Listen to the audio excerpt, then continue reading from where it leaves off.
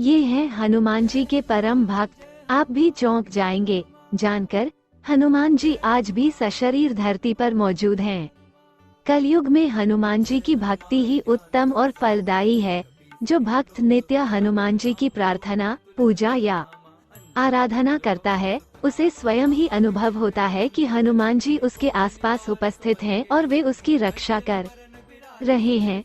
यूँ तो हनुमान जी के लाखों भक्त हैं, लेकिन यहाँ जानिए कलयुग के परम भक्तों के बारे में। अगर आप लोगों को जानकारी अच्छी लगे तो मेरे चैनल को सब्सक्राइब करें और लाइक बटन को प्रेस करें ताकि आने वाले समय में और इस प्रकार की जानकारी लेकर आ सकूं। धन्यवाद। तो चलिए आगे शुरू करते हैं। माधवाचार्य जी। माधवाचार्य जी का जन्म 1238 ई में हुआ था। माधवाचार्य जी प्रभु श्री राम और हनुमान जी के परम भक्त थे। यही कारण था कि एक दिन उनको हनुमान जी के साक्षात दर्शन हुए थे। संत माधवाचार्य ने हनुमान जी को अपने आश्रम में देखने की बात बताई थी। श्री व्यास राय तीर्थ। श्री व्यास राय तीर्थ का जन्म कर्नाटक में 1447 में कावेरी नदी के तट पर बन्नूर में हुआ था। विजयनगर के महान सम्राट श्री कृष्णदेवराय के गुरु श्री व्यास राय तीर्थ हनुमान जी के परम भक्त थे। उन्होंने देश भर में घूमकर देश की रक्षा के लिए 732 वीर हनुमान मंदिर स्थापित किए। उन्होंने श्री हनुमान पर प्रणव नादिराई, मुक्का प्राण पदिराई और सद्गुण चरित लिखा। तुलसीदास जी का जन्म 1554 ईस्वी में श्रावण मास की शुक्ल पक्ष की सप्तमी तिथि को हुआ था। तुलसीदास जी जब चित्रकूट में रहते थे तब जंगल में शौच करने जाते थे। वहीं एक दिन उन्हें एक प्रेत नजर आया।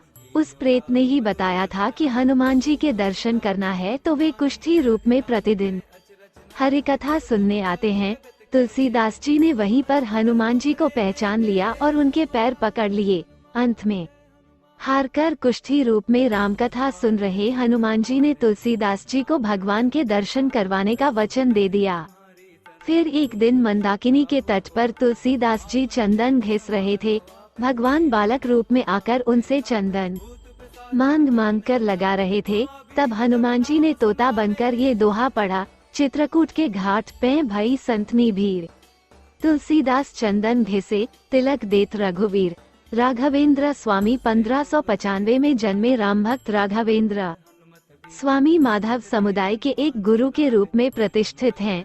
उनके जीवन से अनेक चमत्कारिक घटनाएं जुड़ी हुई हैं। उनके बारे में भी कहा जाता है कि उन्होंने भी हनुमान जी के साक्षात दर्शन किए थे।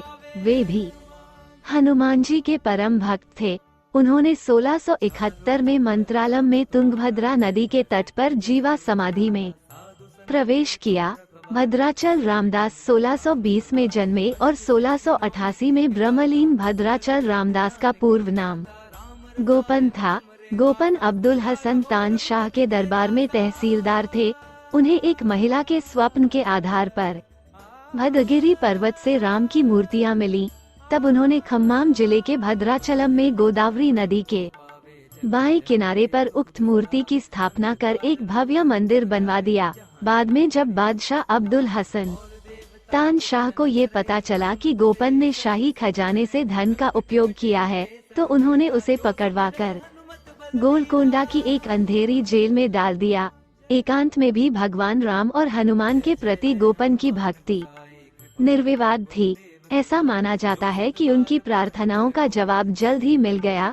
जब भगवान राम ने तानशाह के सपने में दर्शन दिए और शाही खजाने से लिए गए धन को चुका दिया, राजा को बहुत बुरा लगा और उसने गोपन को जेल से रिहा कर फिर से तहसीलदार के रूप में उनकी नियुक्ति बहाल कर दी।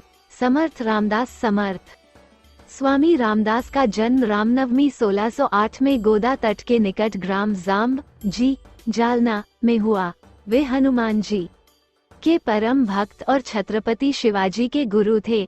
महाराष्ट्र में उन्होंने राम भक्ति के साथ हनुमान भक्ति का भी प्रचार किया। हनुमान मंदिरों के साथ उन्होंने अखाड़े बनाकर महाराष्ट्र के सैनिकीकरण की नींव रखी, जो राज्य स्थापना में बदली। कहते हैं कि उन्होंने भी अपने जीवन काल में एक दिन हनुमान जी को देखा था। 1681 को समर्थ रामदास जी ने देह का त्याग कर दिया। छत्रपति शिवाजी 1627 में जन्मे और 1680 में ब्रह्मलीन। छत्रपति शिवाजी महान मराठा योद्धा थे जिन्होंने बीजापुर के मुगलों, तुर्कों, पुर्तगालियों, अंग्रेजों, डचों और फ्रांसीसियों से लड़ाई की। वे श्री हनुमान और माता तुलजा भवानी के परम भक्त थे। शिवाजी को साहसी, निडर, विनम्र, बुद्धिमान, महत्वाकांक्षी, अनुशासित, एक विशेषज्ञ रणनीतिकार, एक अच्छा संगठक और दूरदर्शी के रूप में जाना जाता है। संत त्यागराज 1767 में जन्मे और 1847 में ब्रह्मलीन। संत त्यागराज श्री राम और हनुमान जी के परम भक्त थे। ऐसा माना जाता है कि उन्होंने 6 करोड़ बार श्री राम के थारका नाम का पाठ किया और थिरुवियारू के थिरुमंजना स्ट्रीट पर अपने घर के सामने सीता देवी, लक्ष्मण और श्री अंजनी के साथ श्री राम के दर्शन का सौभाग्य प्राप्त किया था। श्री रामकृष्ण परमहंस 1836 में जन्मे और 1886 में ब्रह्मलीन। स्वामी रामकृष्ण परमहंस भी हनुमान जी के परम भक्त थे। हालांकि उनकी प्रसिद्धि काली के भक्त के रूप में ज्यादा थी, क्योंकि वे मंदिर के पुजारी थे। कहते हैं कि श्री रामकृष्ण परमहंस ने हनुमान जी की भक्ति इस चरमता के साथ की थी कि उक्त भक्ति के चलते उनकी रीढ़ में से लगभग एक पूंछ निकलने लगी थी। दरअसल रामकृष्ण परमहंस ने धर्म के सभी मार्गों की पद्धति से भक्त करके सत्य को जानने का कार्य किया था। स्वामी विवेकानंद 1863 में जन्मे और 1902 में ब्रह्मलीन। स्वामी विवेकानंद को सभी जानते हैं। रामकृष्ण परमहंस के शिष्य स्वामी विवेकानंद अपने शिष्यों और दर्शकों को हनुमान जी की कहानी से प्रेरित करते थे। हनुमान जी उनके बचपन के आदर्श और नायक थे। उन्होंने अपने शिष्य शरद चंद्र चक्रवर्ती को सलाह दी थी कि वे जीवन में श्री हनुमान जी के आदर्शों का पालन करें। शिरडी के साईं बाबा, ऐसी मान्यता है कि दत्तात्रेय के अवतार माने जाने वाले अक्कलकोट स्वामी महाराष्ट्र के मनमाड रेलवे स्टेशन से 16 किलोमीटर दूर पाथरी में श्री साईं बाबा के रूप में 27 सितंबर 1938 में पुनर्जन्म लेते हैं।